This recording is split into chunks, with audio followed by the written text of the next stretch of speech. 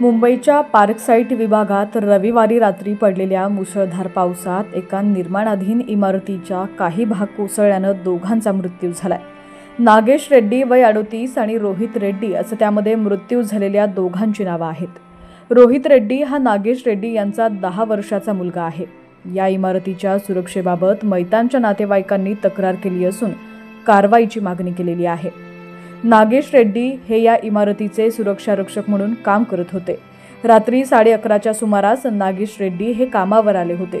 तेव्हा त्यांचा 10 वर्षाचा मुलगा रोहित हा त्यांचा जेवणाचा डबा घेऊन तिकडे आला, परंतु जोरदार पाऊस पडत असल्यामुळे त्यांनी त्यांच्या मुलाला तिथंच थांबायला सांगितलं।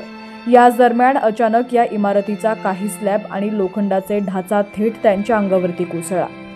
या घटनेत या दोघांचा जागीच मृत्यू झालाय। अग्निशमन दलाच्या जवानांनी त्यांना बाहेर काढून राजावाडी रुग्णालयात दाखल केलं, परंतु डॉक्टरांनी त्यांना मृत घोषित केलं। रविवारी रात्री उशिरा तळमजला धरून 4 माळ्यांचं घर कोसळल्याची घटना घडली। यावेळी घराचा काही भाग कोसळल्याची माहिती मिळताच अग्निशमन दलाचे जवान घटनास्थळी दाखल झाले।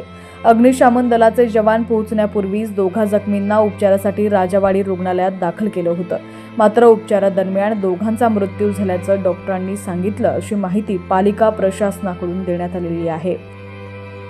पावसाचे अपडेट्स पाहण्यासाठी HPN मराठी न्यूज चॅनलला सबस्क्राईब करा आणि बेल आयकॉनवर क्लिक करून नोटिफिकेशन्स मिळवा, जेणेकरून आमचे अपडेट्स लवकरात लवकर तुमच्यापर्यंत पोहोचतील।